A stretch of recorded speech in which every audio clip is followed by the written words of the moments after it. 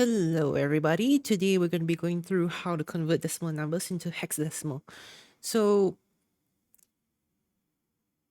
if you want to think about hexadecimals, right, it's using a number system that kind of forms under the same basis as how binary numbers are, except, with binary numbers, you only have 0 and 1.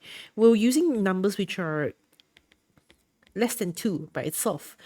Similarly, with octal numbers or the ones in base 8, you have numbers that go from 0 all the way to 7, where everything is less than 8.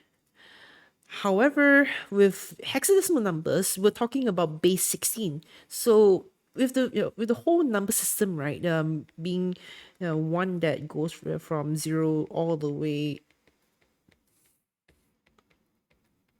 until 9, this is obviously not enough to fill up the whole system, having required 16 values, as a whole.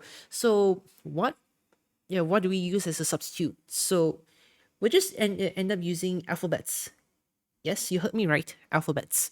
So we're essentially just using A, B, C, D, E, and F to fill up the remaining slots that were that the original 10 digits right here don't fill up, in the hexadecimal number system. And for each of them, they have their own decimal equivalents, which I've included in the key right over here on the right. This one right here. So it's nice if we can memorize them or sort of just remember them by heart. But if not, especially if this is your first time practicing and all this, take it slow. It will come a little naturally as you go practicing this over and over again. So okay, enough of that. Let's go ahead and start converting these decimal numbers into hexadecimal. So with converting decimal numbers into hexadecimal, we're going to want to proceed with repeated division again. So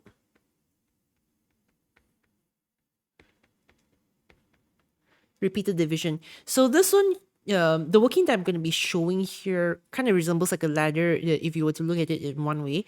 You might have seen this, but if not, the logic behind it is pretty simple.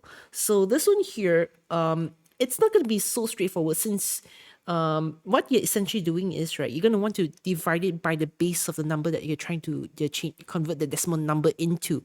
So in this case, with hexadecimal numbers, we're looking at base 16. So yeah, it's not going to be easy dividing anything by yeah, let's be honest, anything more than 10 from the top of your head, but yeah, we'll go we'll try to go through it together. Okay, so 423 divided by 16. So this one here, it should turn into 26.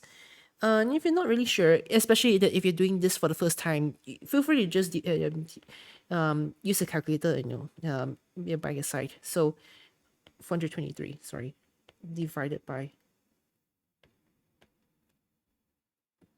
Okay, yeah, I'm right. So you get 26 here, and notice that in your calculator you might end up with having something like 0.4375 in this case. However, this is not exactly what we want. We want to get a remainder system, so it's like a quotient and a remainder system, per se. So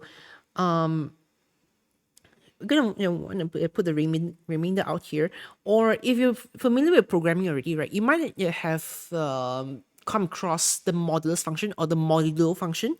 So something a bit like that. You're gonna want to put in something like 423 mod 16, or in your programming language of choice, it usually that turns into a percent symbol.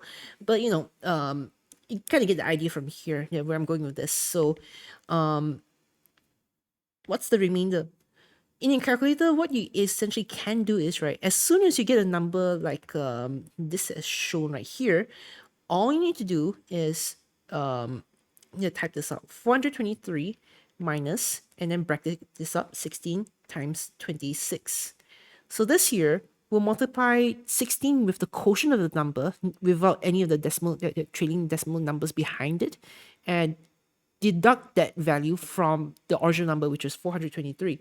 So you should get a remainder of 7 right here. Now, typically, when you come across the first, when you've done the first division, right, everything else that follows seems to be a lot easier, because you might have just reduced it down a notch. This goes without saying, for a lot of different different types of numbers, especially if you were to divide it with something larger than 16. But anyway, that's not the focus. Let's head back into the working here. If you divide this by 16, right, the only number that you can get out of this as a quotient is really just 1. If you want to bet, let me know. But yeah, 26 divided by 16 is 1 remainder 10. Now, how do I know this? 26 minus 1 times 16 is essentially 26 minus 16, and this should get you 10. Now, with that, I'll just write dash 10 right here. This is the whole system I'm going with. And okay, now take note. Anytime that you get a number between 10 and 15 in this case, right, you're going to want to pair it up with the hexadecimal number equivalent here. This is just to help you get yourself ready, when you want to write down the correct answer later on. So 10 is equivalent to A in the hexadecimal system. And then from here, if we divide this by 16, since it's less, you should get 0, and you get remainder 1 here. And take note, as with any sort of repeated division for the conversion between decimal to mostly all kinds of different number systems that you might encounter here, when you hit a 0, this is your cue to stop. So from here, you just read the number from bottom to top. So the final answer that you should get for this one is 1. And we're not writing 10, we're writing A, and we're writing 7, right? Remember this. And don't forget the base number, okay? If you don't write the base number, it really, in most cases, it really just shows that it's just a regular decimal number, which is not what we want. But in this case, if you don't write the hexadecimal base, right, it really just it goes nothing more than to show that it's just a random string, which is not what we want. Again, base 16 here to denote that this is a decimal number, hexadecimal number. Sorry. Okay, now with that out of the way, let's go ahead and divide 1078 right here, right now. This next number. So, with bigger numbers, typically the working would kind of sort of be a little longer, depending on your mileage with whatever number that you get. But the whole idea behind the working is about the same. So I'm gonna want to put in 1078 again, and divide this by 16. So as with all rituals, they're just divided by 16, get the quotient and the remainder after. So from here, now 1078 divided by 16 is 67.375. So we're only putting in 67, and what's the remainder here actually? So in your calculator, we just put in 1078 minus 16 times 67, which will get you 6. This is your remainder, right? And from here, it gets a little more easier, especially, and yeah, typically, if you don't get something as small as 26 here, like in our previous example, remembering multiplication tables in this case, would come in handy. But you're not totally lost if you don't remember this sort of thing. You can always just work it out by hand, and it's not really that bad. Okay, 67 divided by 16, you should get 4. 4 remainder 3. Okay, so Yeah, if you want to proof check this, you can try it out. 67 divided by 16 equals to 4.1875. So yeah, it whatever comes behind here, all this is not really that necessary, right? So to get the remainder, just get this out, and 67 minus 64, you get 3. So that's how I get the remainder like this, you know.